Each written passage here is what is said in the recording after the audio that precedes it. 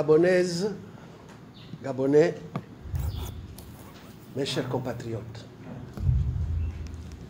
depuis plusieurs mois, j'ai volontairement observé un devoir de silence. Les événements récents m'obligent à prendre la parole.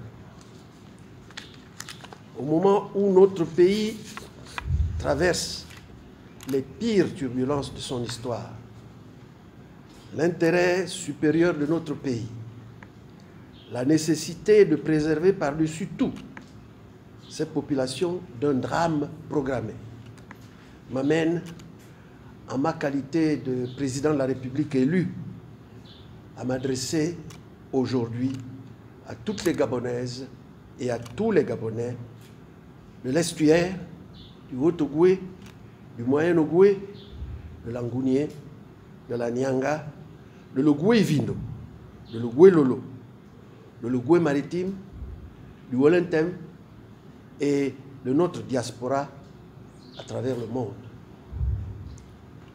Je veux parler aux Gabonaises et aux Gabonais de tous bords, majorité et opposition, société civile, croyants et athées. Je respecte tous ceux qui ont librement choisi de vivre dans notre pays avec leurs convictions en suivant les lois et règlements de la République. Mes chers compatriotes, chers amis du Gabon, il y a des moments dans la vie d'un pays où tous les enfants d'une même nation doivent transcender leur clivage, placer la nation au-dessus de nos intérêts particuliers, ethniques et claniques.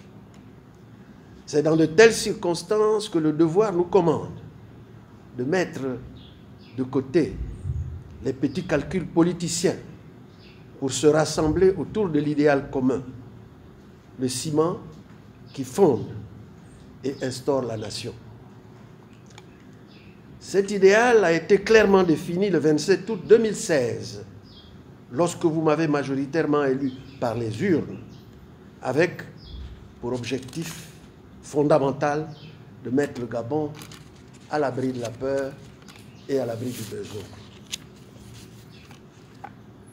La réalisation de cet ambitieux projet suppose que tous, nous nous accordions sur l'essentiel, c'est-à-dire la construction d'un Gabon moderne, un Gabon résolument tourné vers le progrès, mais aujourd'hui aussi et surtout un Gabon réconcilié avec lui-même.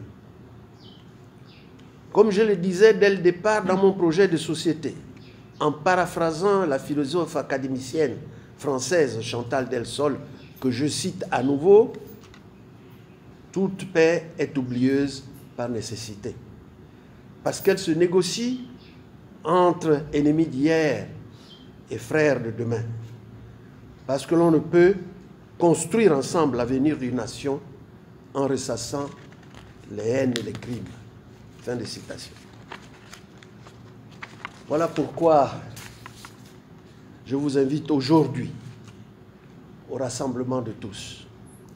L'heure est venue de nous mettre ensemble pour panser nos plaies, afin de bâtir l'édifice nouveau auquel tous nous rêvons, et donner aux Gabonais un espoir durable. Gabon, pourquoi tant de violence, tant de haine contre tes enfants?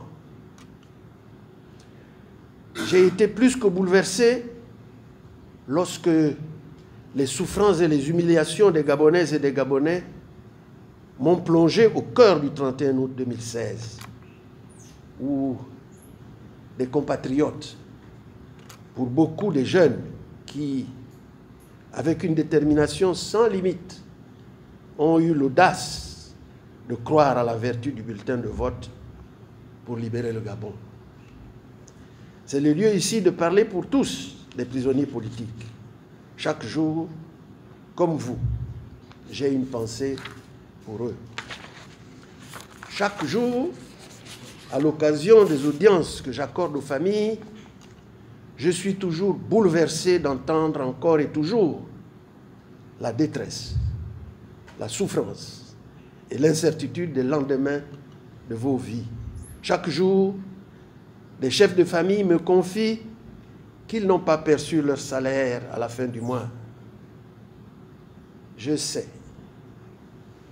vos situations sont dramatiques socialement et économiquement. Que de familles déchirées, que de familles en détresse, que de familles humiliées. Face aux dangers qui nous guettent, sortons de nos hésitations ou de nos peurs. En effet, les doutes et les angoisses, aussi compréhensibles qu'ils soient, n'ont jamais construit une nation.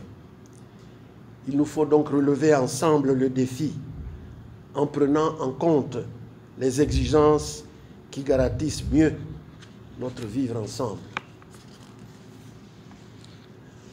Notre exigence de prudence, notre besoin de confort, ainsi que la sécurisation de nos situations acquises, humainement compréhensibles, ne doivent et ne peuvent plus constituer un prétexte pour demeurer spectateurs passifs de notre destin.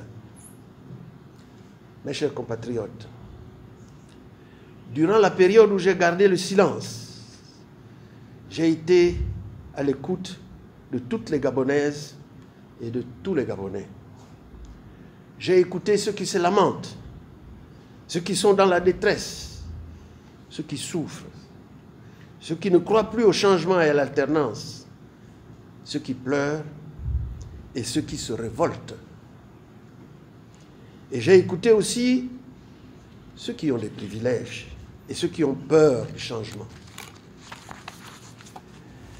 Je suis conscient que vous portez tous, patriotes de tous bords, l'envie impérieuse de restaurer notre vivre ensemble. Je suis conscient que chacun a droit à sa part de bonheur national. C'est pourquoi je vous invite tous à un sursaut patriotique afin que chacun s'engage résolument à faire le choix du Gabon d'abord. Cette noble exigence est celle de la jeunesse gabonaise qui attend beaucoup de nous. Le combat que nous menons est celui de nos enfants et de nos petits-enfants, qui ne nous pardonneront jamais d'avoir laissé faire. Ceux qui viendront après nous ne nous excuseront jamais d'avoir laissé notre cher pays sombrer dans le chaos. Nous devons donc nous ressaisir. Nous devons tous faire le choix courageux du Gabon, notre chère patrie, notre unique patrie. Je tends la main. J'ouvre les bras à toutes les Gabonaises, à tous les Gabonais, sans exclusive. Nous sommes appelés aujourd'hui à travailler ensemble pour restaurer l'autorité de l'État. J'appelle celles et ceux qui n'ont pas voté pour l'opposition d'alors à comprendre que le moment est venu de regarder l'avenir avec optimisme et accepter de construire une société plus juste et sans parti pris, à faire triompher le bien commun, riches ou pauvres, civils ou militaires, jeunes ou vieux. Le Gabon est notre trésor partagé. Peuple gabonais, depuis ma décision en 2014 de rassembler les Gabonaises et les Gabonais autour de l'idéal que j'ai soumis à tous en 2016, lors de l'élection présidentielle, je me suis accoutumé à prendre la perspective de l'histoire d'un autre point de vue que celui de mon sort personnel, ce qui m'enjoint à une obligation d'engagement sans faille pour le bien-être du peuple gabonais.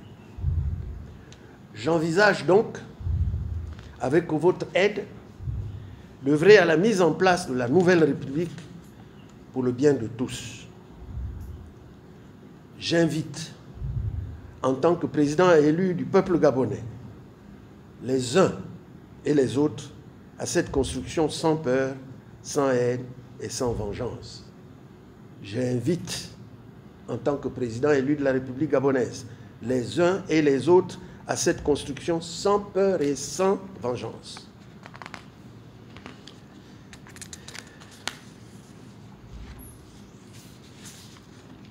Je demande à tous de se mettre au service du peuple. En effet, en 2016, en choisissant de voter majoritairement pour moi, le peuple gabonais avait décidé de tourner la page d'une certaine gouvernance. Il a massivement opté pour entrer irrévocablement dans le cercle vertueux des temps modernes, c'est-à-dire élection transparente, proclamation des vrais résultats, exercice du pouvoir par le vainqueur de l'élection pour une durée déterminée. Pour une durée déterminée, bien déterminée. C'est ainsi que cela se passe dans tous les pays modernes. Et si vous m'avez élu, c'est justement pour faire entrer le Gabon dans cette modernité politique. C'est ce que nous devons faire.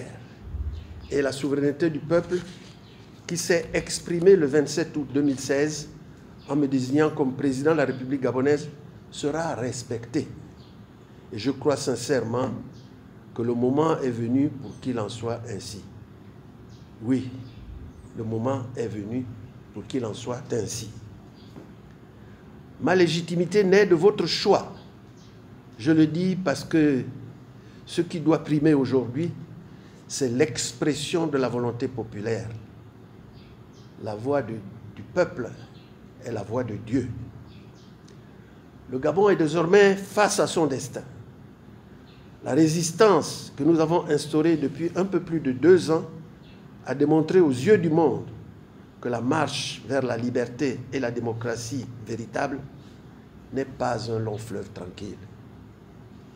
Mais vous avez su porter haut la flamme de la libération. Cette libération tant attendue, n'est pas celle d'un camp contre un autre. Il s'agit simplement de libérer notre pays à tous.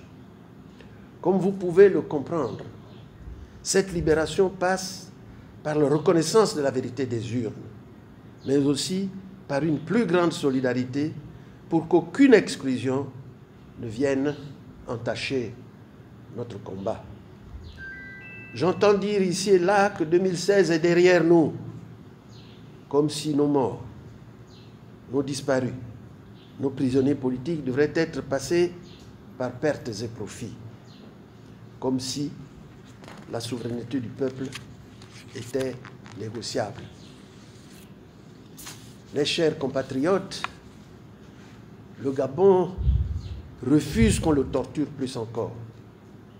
Le Gabon a besoin qu'on l'aime et qu'on lui rende ce qu'il nous a généreusement donné.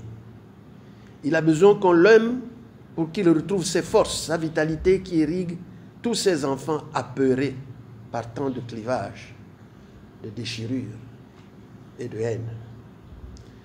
Si nous voulons que le Gabon se reconstruise sur des fondations solides et durables, c'est à cet amour suprême que les hommes politiques, dans un esprit de patriotisme, sont appelés. J'invite donc toutes les Gabonaises et tous les Gabonais à faire preuve de dépassement afin de relever les nombreux défis auxquels le Gabon, notre pays, est et sera de plus en plus confronté.